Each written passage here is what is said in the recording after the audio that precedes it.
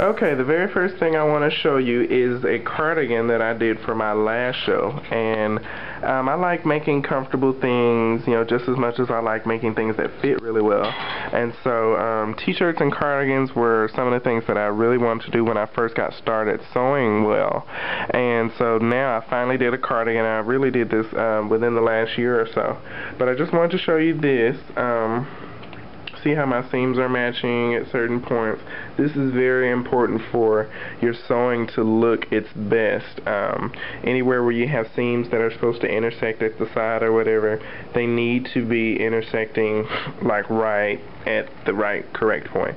One of the things that I really enjoyed learning about cardigans when I did my research first, and then I went and sewn it, and the proportions were something that I really like how this, I guess what you could call a waistband here, is really wide, and I thought that was interesting. And then I also made the wristband here really wide, and it looks so nice. I wear this cardigan now even when I'm going places, so I love the fabric. It's really, really pretty. Let me see if I can get a close-up. It's kind of like almost a ribbed knit of some sort. It stretches just enough, but it's gorgeous. So I don't know what kind of fabric this is, and that's something you'll learn about me too. I don't always know what types of fabric it is. I can usually tell you whether it's a cotton or not, but besides that, usually what I go on when I'm choosing fabrics and stuff like that, since I don't really know the names of a lot of stuff, is I look at the thickness. How thick is it? Especially when you see someone wearing the garment. How thick does it look, or how thick is the fabric usually? And so your five senses really come into play here. Well, at least your sense of sight and your sense of feel. So now let's go on to this one. This is a men's dress shirt, and the cardigan is men's also. I just have it on female dress forms because I don't have any male dress forms. Anyway, moving on to the shirt. I actually showed you guys on my YouTube channel how to do this collar. In one of my last videos, I think I called it this stupid collar or something like that.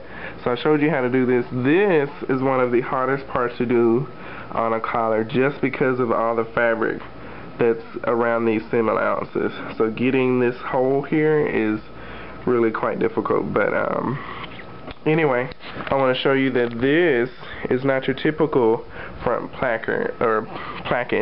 This is a hidden button placket, and I actually engineered this when I was working with the pattern, because this is a men's shirt pattern, and I actually don't know how to make a men's shirt pattern just right off from nothing, because I don't have a men's basic bodice or basic torso pattern. So I didn't have anything to start with. I went and bought a pattern, and then I changed quite a bit of it. Like it gives you maybe one collar in the pattern, and I made two different ones, or something like that. But anyway, and then if you lift this up here, most guys' shirts, when you look at them nowadays, have a place for a collar point to be inserted, and this pattern didn't come with that. So I just looked at a few of my shirts and I said, hey, I want that in my shirt. So I did that. So I'll have that, and if I want to buy some little plastic collar inserts where you can get from certain places, then I'll be able to put those in there. So that's that. I'm not going to put that all the way down. But like I said, this was not like that on the pattern when I got it, so I had to make that. And what else? Oh yeah, this is something that I was so excited once I learned how to do it correctly. Sewing this placket on the sleeve, which can get kind of crazy at first. You see it's not perfectly pointed, but that's okay. Maybe that can be my little signature thing, something that's kind of off-center. But anyway, and then also sewing the cuffs. The cuffs aren't as hard as you think once you figure it out. But I did that, and then I also added another button here that wasn't a part of the original pattern instructions. So you see all these little things that I added. You see my stitching here. I got that all from regular shirts. And all it is, guys, one of the easiest things to do with sewing. The best part about making clothing is that we all wear clothing. So all of these little stitches and seam allowances and extra top stitching and stuff like that, you can just go grab a shirt out of your closet and measure from the edge up to the stitching and see, well, how wide is that? You know, and then replicate it on your sewing. How wide is this? And then take it and put it on the garment that you're sewing, okay?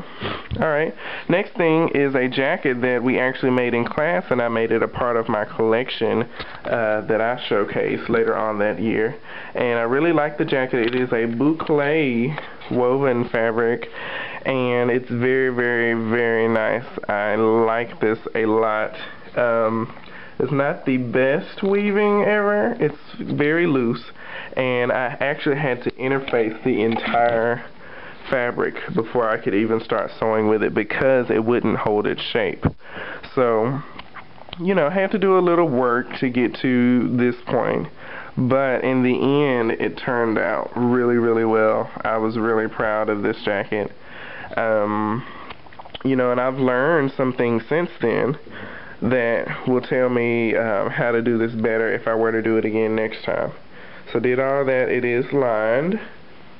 It does have the different interfacings near the shoulders and stuff. It does have shoulder pads, so really, really thick in there.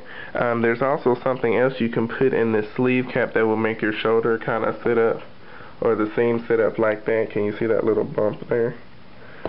There's another piece of fabric you can sew right there that'll make that do that. And this is a welt pocket. It's fully functional. It's not a pretend welt pocket. You can stick your hand in there. It's lined. Nice pocket. There's my little button here. And I actually designed it so that the bottom would point. And if you've been to my Facebook page, you'll see this jacket on someone. Let me open this. Open jacket. Okay. So if you look in here, like I said, it's fully lined. I got my facings and stuff. I actually like the way facings look in jacket because they're so wide. And it just takes some work, but facings are really, really nice. And then I also have, it also carries over into a neck facing in the back, which is pretty deep. I like my neck facings in the back very deep. They just look nicer to me. Alright, now let me show you the